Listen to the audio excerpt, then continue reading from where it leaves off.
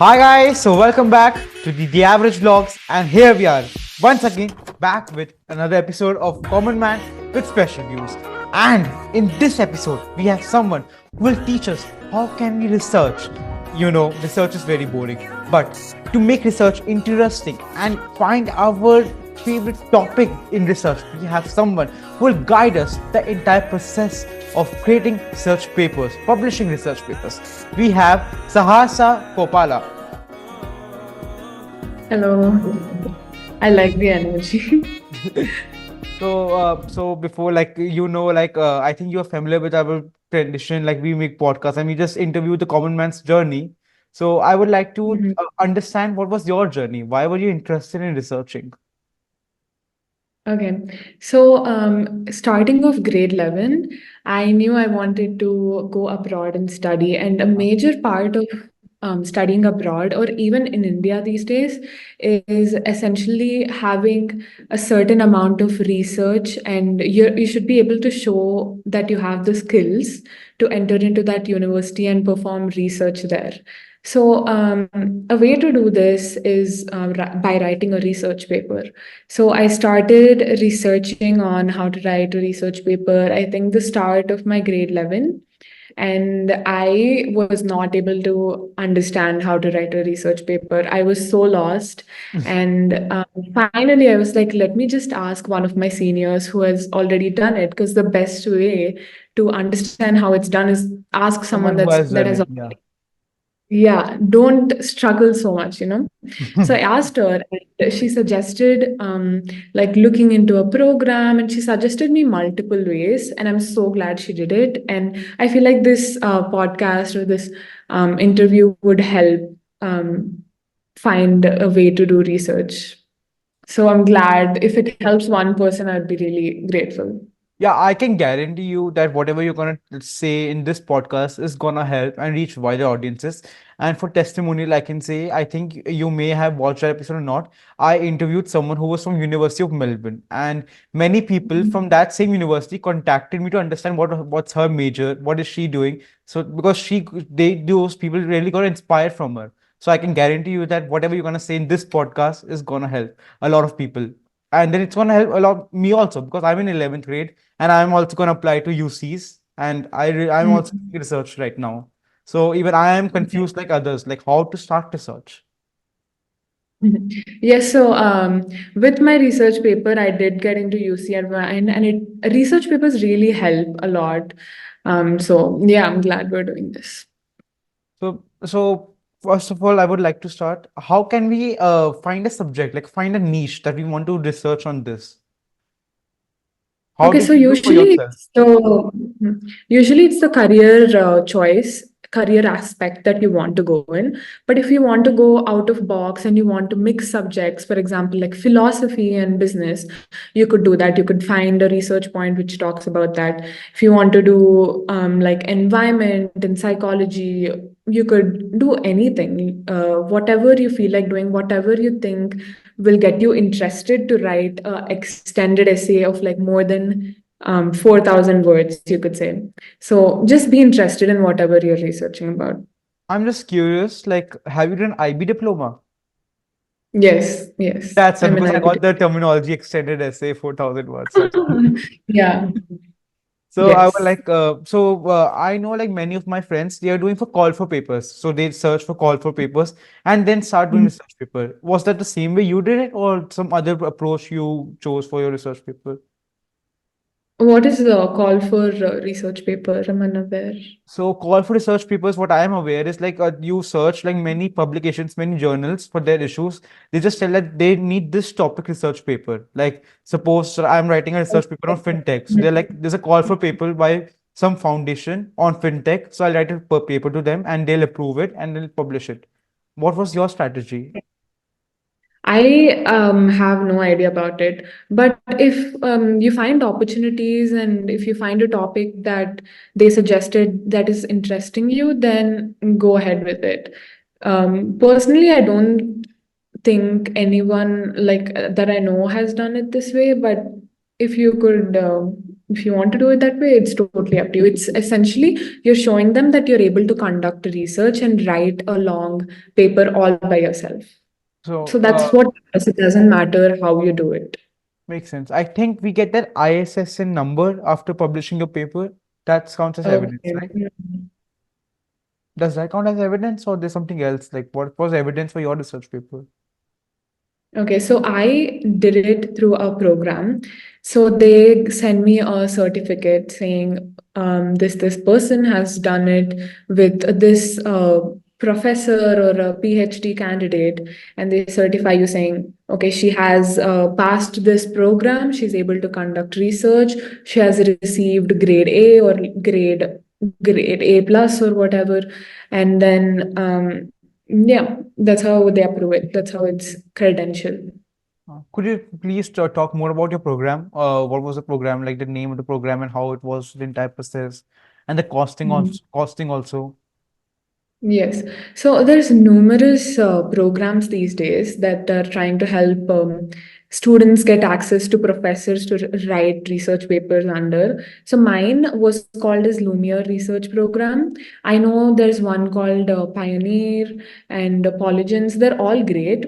So if you're looking for a research paper, and the way it goes is that there's a timeline.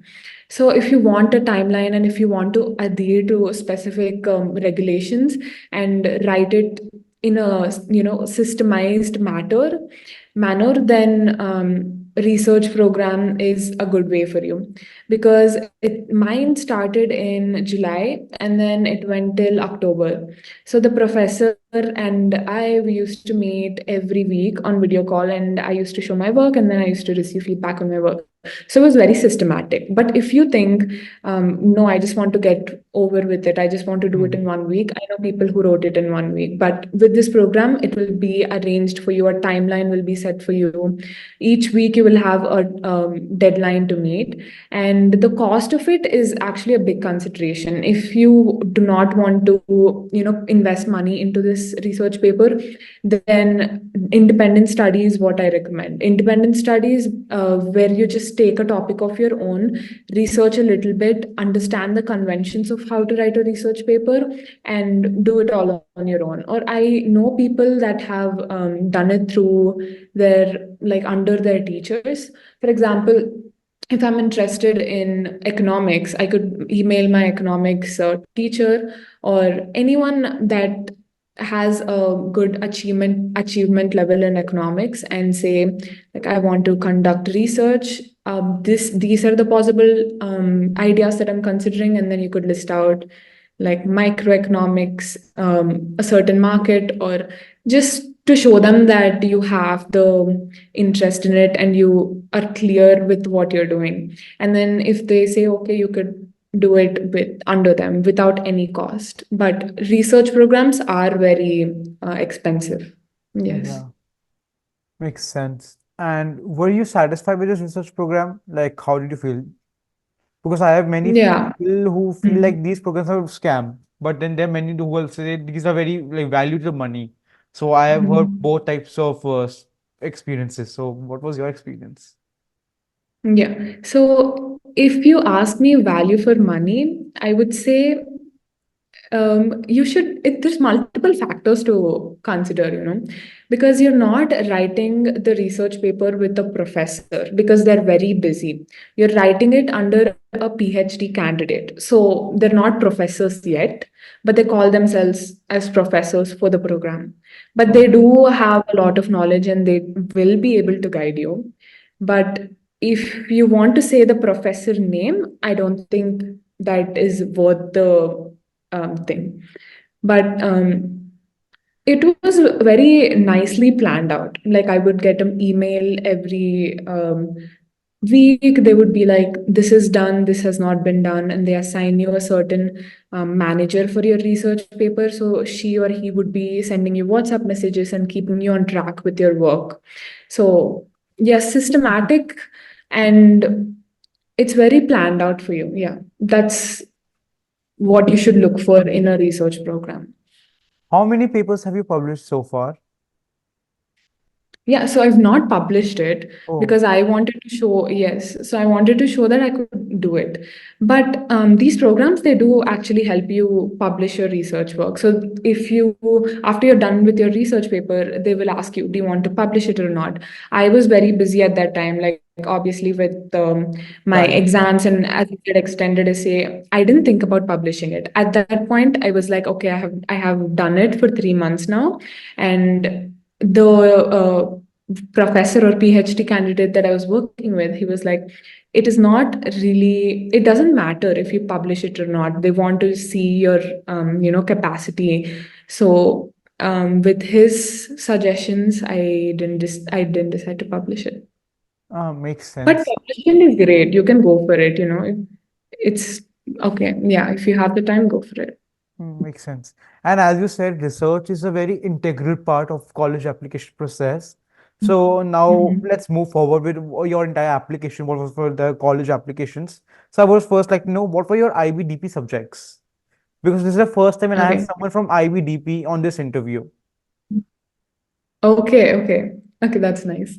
I've been in IBMYP also actually. Same, same, So same. from sixth grade onwards, yeah. I take computer science, business, and economics as my higher level subjects, and French B, English, and mathematics A as my lower level.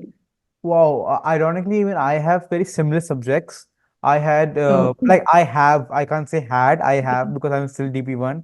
I have English Mhm. higher level, business management higher level, eco higher level, computer science SL, Mhm. Spanish B, and maths AA SL. Okay. Today I just wrote my mock exam actually, my economics mock exam. Oh, you guys are still having your mock twos, Yeah. mocks going So on. in a month we'll have our board exams. Yeah, even in a month, we'll have our final DP1 exams. Way going towards predicted grades.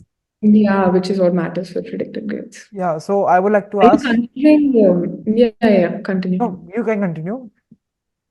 Yeah, I was asking you if you're planning on doing early action or like where are you planning on applying?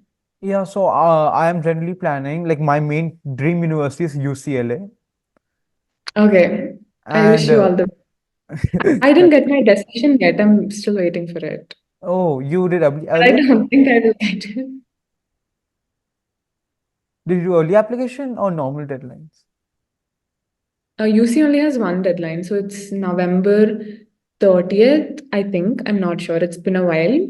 So you just have to submit it by then. There's no Oh, early action like that. I thought like all UCs are applying together. Like we can apply to all UCs Yes, yeah. with some platform. So yeah, you applied together. It's on the same platform and the same deadline. Yeah, so what was your deadline? I think it was November 30th. And Yeah. is there any external cost for more like as you increase the number of campuses, like there's more cost or is the same cost even if you apply to three colleges or four campuses? The more colleges you add, the higher the price. It's Ah, very expensive. UCs are expensive. yeah, but those are like dream universities, like being in LA, Yeah, staying. that's true. So I thought you let's, were planning in India. yeah, I'm planning in India also, in UK also, in USA also, and in Singapore also. I have like very not Okay. decided. Yeah, I'm it's just fine. sure It's that I will not go fine. to Canada, but I'll go to any other country except Canada. I'm sure for that. I have to agree with you. Yeah. Yeah, so let's start from scratch. So after, did anyone object to subject selection, like having BM and Eco HL both same? I heard many people don't like that combination. What's your thoughts on that? No, I don't think anyone disapproved it. Essentially, I was scared about taking computer science because I never studied that. Like, there's design, right, in IBM YP, and I didn't do that. And I was entering computer science, which was very similar to that. So I was like, okay, I have to concentrate on computer science because it's a subject that I never studied before. I studied BM and economics in 10th grade. So that was one thing which I was scared about, but my parents and friends, it's a very common subject combination at my school, at least. Ah, ah, makes sense. Yeah. Uh, French B was one of the subjects which I was, backing up because French B, my teacher was like, you have to be able to write as if you were a French person. Like the way you're writing it, you have to be like a French native to write it. And I was like, okay, why did I take this subject? But Even yeah. I'm suffering right now. I'm questioning my decision. I was like, I should have taken French ab initio, not Spanish B. But they're like, it's too late now. You can't do Yeah. anything. Yeah. So Yeah. now I would like to ask, like, for my own selfish reasons and for other IB students, how do you study Okay. for computer science? Like, I can't do that pseudocode. That pseudocode is so annoying. Like, how do you study? Just can you give tips and tricks? Okay, so I remember in grade 11, like right before my predicted grade exam, like final exam of grade 11, I opened a YouTube video and like I searched logic behind pseudocode or something. Ah, And then I like memorized it for an hour. And then, so IB has like a certain pseudocodes that are very popular in past papers. So there's like five which are necessary, like you should just know them by heart. And then the other, if you understand one, you will be able to imply it in others. makes sense. So just try to understand one. Like go up to your teacher and be like, I want to know this. How do you do this? And then after you understand that and you know like a different problem, try to apply those connectors and operators for that particular question. Just stay persistent. Makes sense. And what about the theory? Like, you just memorize it by heart, the theory. Yeah, I think for me theory is pretty easy. Like I just go through all the slides and first, yeah, I think you could answer it with common sense as well. Sometimes it's like, what are some problems in creating a new system? Like So, I feel like it's generic that a common person would be able to do it, but just throw in some computer science terminology. Like terminology. that's how you get those marks.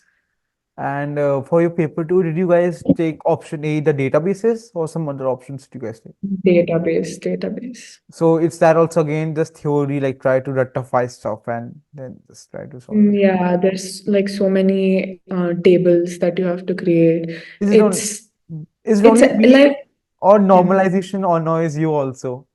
Yeah. Yeah, I can't believe that they started normalization already for you guys because normalization, I remember learning it 2 months before. Oh, So yeah, they're teaching us, they taught us like 2 months ago. So it's good that you guys are learning it in 11th grade. yeah. For HL, they are left with syllabus, but for SL, we have done the entire syllabus of DP1 and 2 before our DP1 final exams. We have finished it. That's great. It's not great. Hmm. It's suffering, torture. I mean, it's okay, you'll have practice, right? Yeah, so and then now let's move forward. I hope that you are fine with answering these questions related to IB because this is Yeah, very yeah, heavy yeah. topic. Of course. So, Yeah, yeah. how did you do your IA, CSIA? For computer science? Okay. Yeah. Hmm. Again, so it's like you open a system, right? Like if there's an already existing system, for example, bakery management system, I Hmm. have the code for it. So my login page and my register page is going to stay the same as any other one.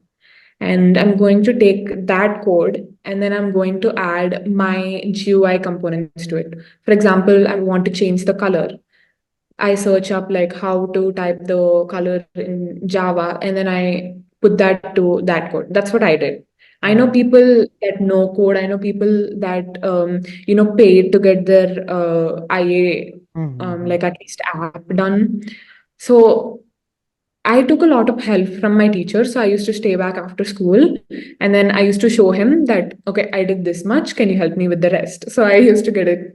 I used to get a lot of help from my teacher. And was the IA doable? Like, can you tell me what was your timeline of IA? Like, what did you do, and how did you use your summer break for IA and all of that? Yeah. So I think we started it in January. So the second semester of grade 11. And then in, trying to remember, end of summer break, I had my app done.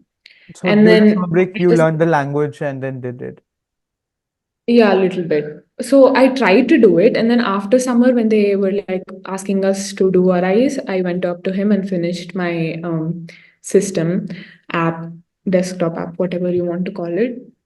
And then rest of the documentation, I did it after the app was done, like recently, 2 months, 1 month ago. Yeah. Uh, is it possible if I don't know language, coding language, can is IA still doable for me? Very, yeah, there's so many ways. I don't know coding that well. I know lots of my friends, we don't know coding. We are able to do IAs because it's just trying to utilize all those resources properly. Whether you're watching a YouTube video and implying, adding your GUI components to it, take help from your teacher, or if you want, get it done by someone else. And I had a friend that stayed on a call with this coder. He was explaining like how to do this code, and she was learning and adding, like she did it in 3 hours. Just Oh, continuous 3 hours. The coder was helping her. She was typing. She was able to learn how to code and also get guidance at the same time. So I'm yeah. makes sense. Because in Mm. my school, many Don't people worry are, about it. yeah, Yeah, they're you'll very figure it overwhelmed about the coding and all. Because they're like, we have never out. studied computer science and how can we do it? And then our sir was like, there must be a way. You need to learn a language. I was like, that's impossible. How can you learn a language with all the IEs together? And then this. Yeah.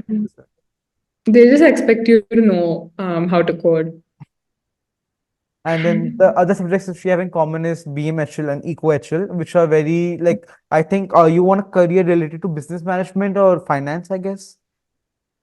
Yeah. I essentially wanted a interdisciplinary career option. Like I want to be able to put subjects together.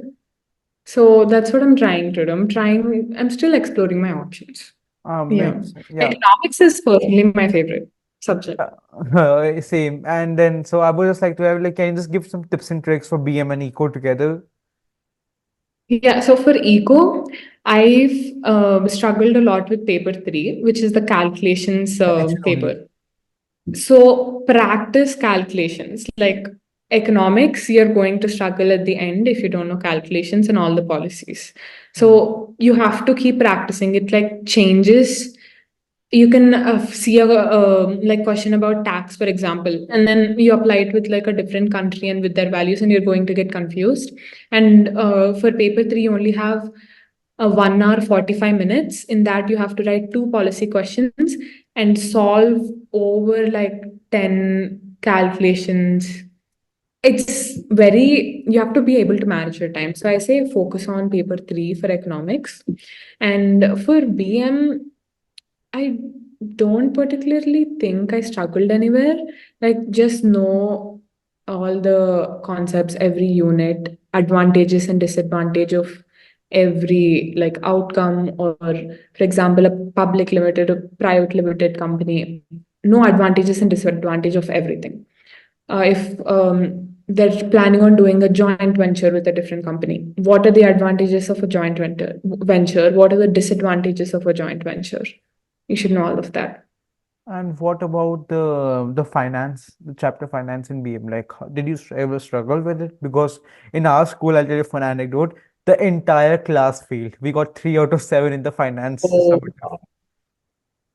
yeah. I think in 11th grade, I memorized balance sheet, and it's still in my brain, and I never opened balance sheet ever again. One day I memorized it, and I've never had to like revise balance sheet.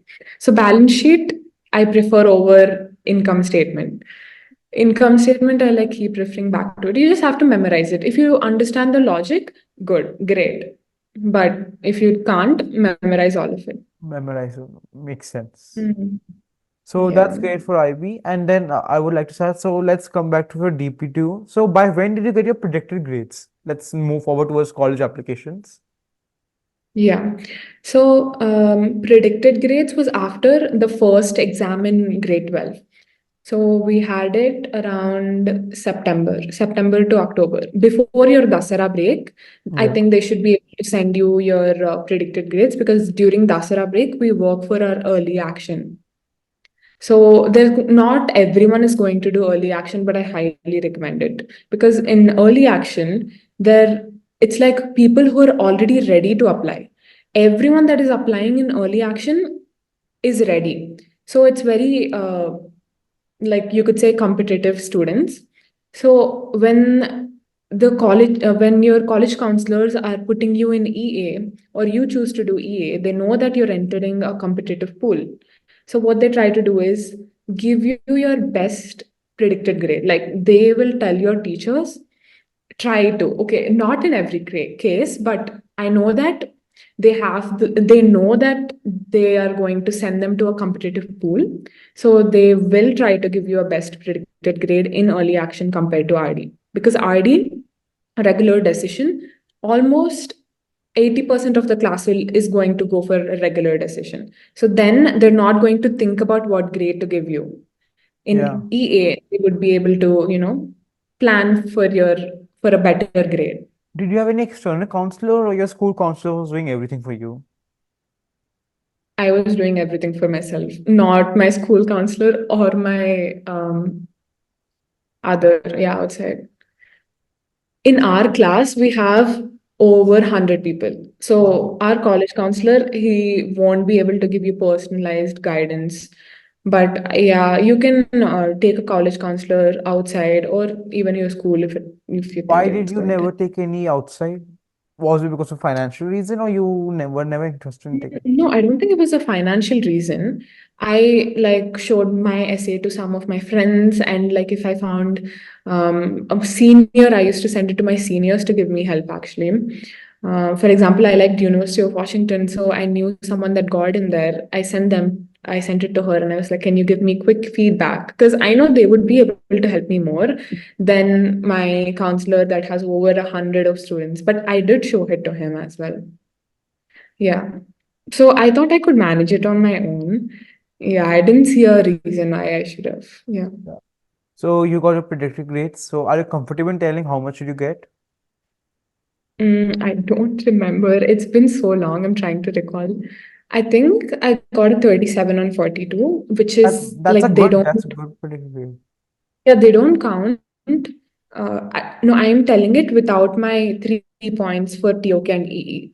Oh, okay. So they don't Yeah, so then it they would didn't be give instead of or 45, it would. you guys the colleges don't count or they didn't give your predicted grades of E and TOK at that time.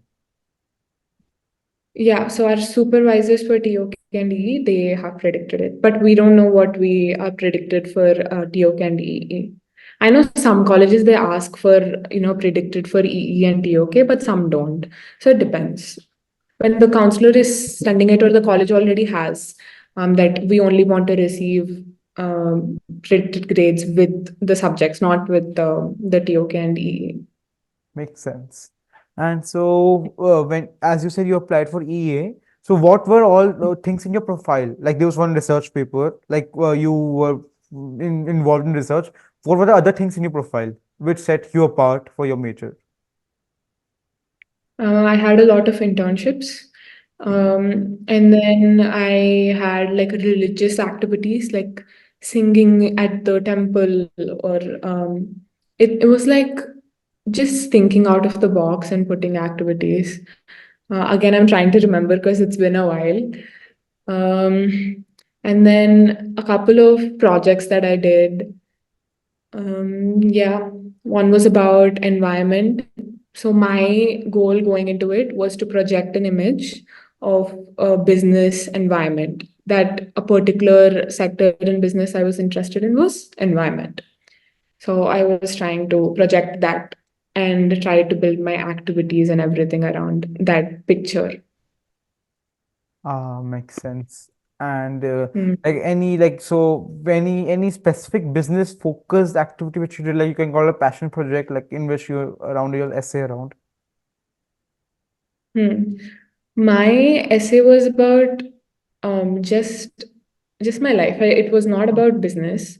Yeah, and they like there's many different essays, right? This common app essay, which is like the generalized essay. Hmm. I don't think they want to understand your career goals there, but who you are. Like they just make it so deep that they should feel like they're living your life.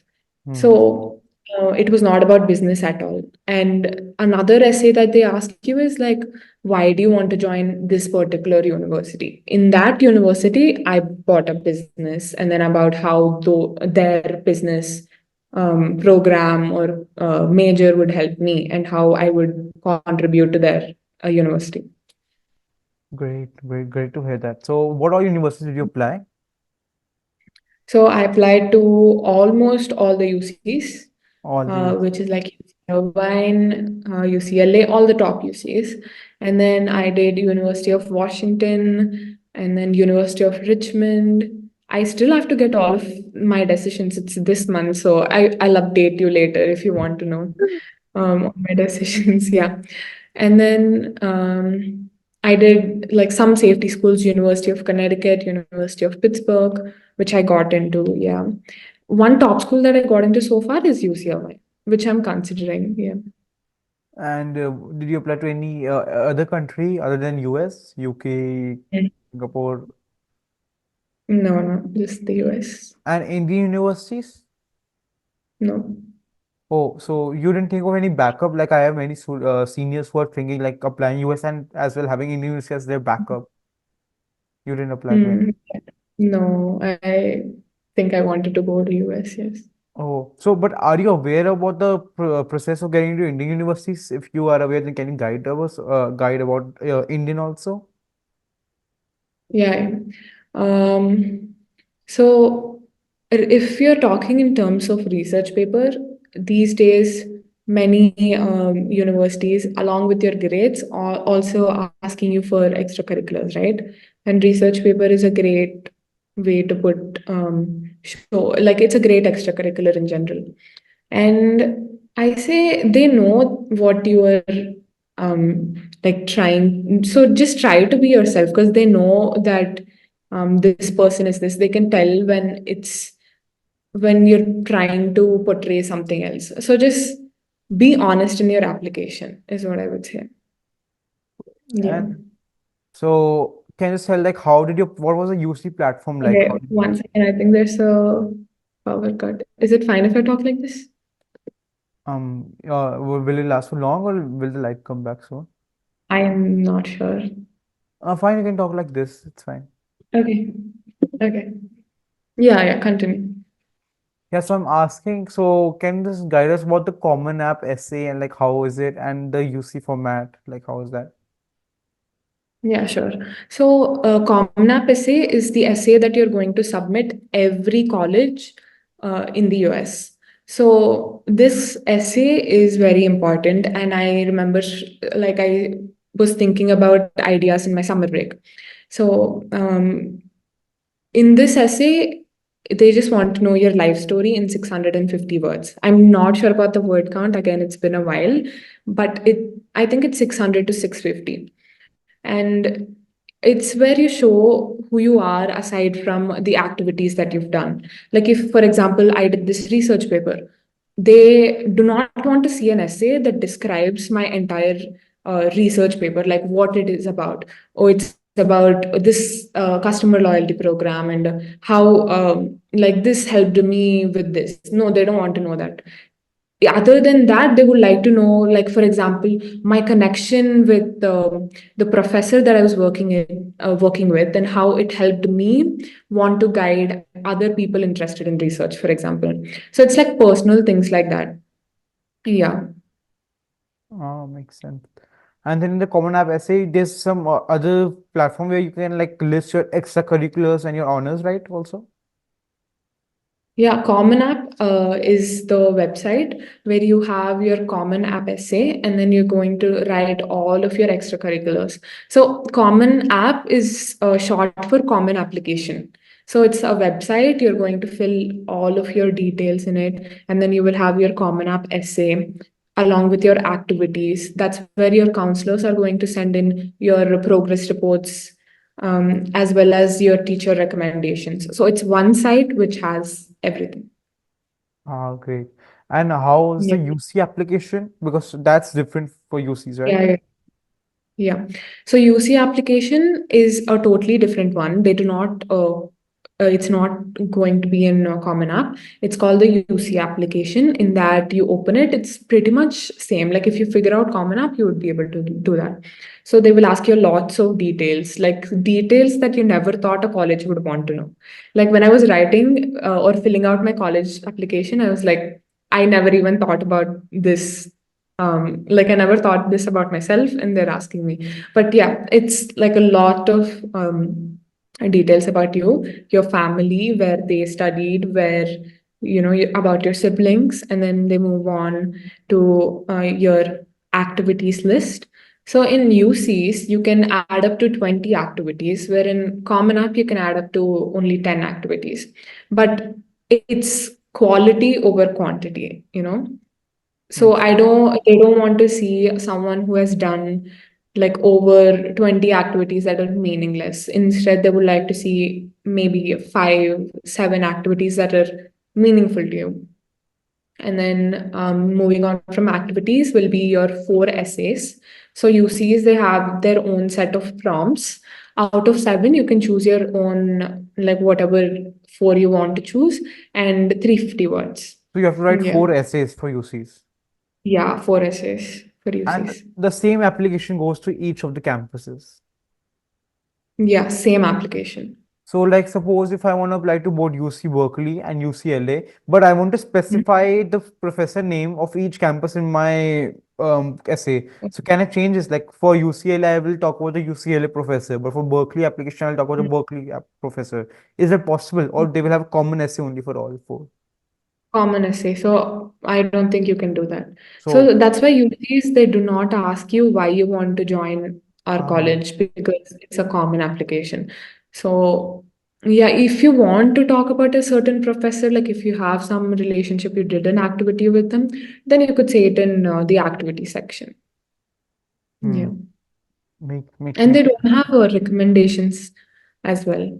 Like you can't send recommendations to them in UC application, and you can't like legacy doesn't matter in Uh, UC applications. Hmm. Yeah. Great. So now are you excited for college? So now like I think your finals will come like are coming soon in May. Yeah. And then after Excited. Nervous at the and same then after time. that are you excited to go to US and like just explore the UC culture? Yeah, I am excited. A lot of my friends are going to California. There's one called Loyola Marymount, and yeah, a lot of UCs as well. Hmm. Yeah. But But over right now, yeah, you can continue. yeah, so right now I think I left the college part. Like it was very stressful, and I think I'm just focusing on my boards. Like today, I'm almost done with all of my exams. I only have English exam left. So I was writing a list of everything that I did wrong in this mock, like economics exam. We had paper three today, and I didn't know one problem. So I came and I wrote down, learn this, like, yeah. So I was just writing down all the weaknesses to do for 1 month, and I wrote so many that I don't know if I will be able to do it. All the best. I think you will be able to do it. Like seeing how passionate you were towards your specific task and research, I think you will be able to crack it. Thank you, thank you. Yeah, Great. It was good to hear you and understand what like the entire research process. And thank you for coming on the podcast and sharing the Mm. information with others. Yeah. Thank you.